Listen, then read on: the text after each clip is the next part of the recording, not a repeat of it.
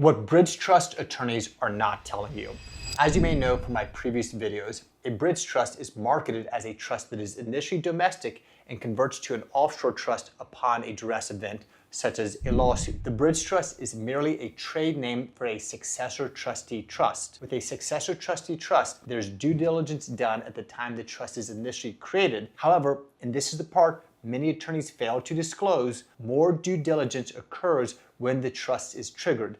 The trustee absolutely has the right to refuse the trustee position when someone attempts to trigger the trust. This has happened before when the trustee refuses to step in, and as long as attorneys continue this risky planning, it will happen again. Promoters of the bridge trust will insist that the triggering is guaranteed. I'm here to tell you they are wrong. No trustee has ever gone on camera to back up the statements promoters of the bridge trust make about the successor trustee guaranteeing they will step in. And I guarantee there's no trustee that wishes to maintain its trust company license that would ever make such a guarantee. It would open their company up to unlimited liability. The other equally or possibly more important issue to address with the bridge trust is the complexity and risks of attempting to open a foreign bank account after a lawsuit has started.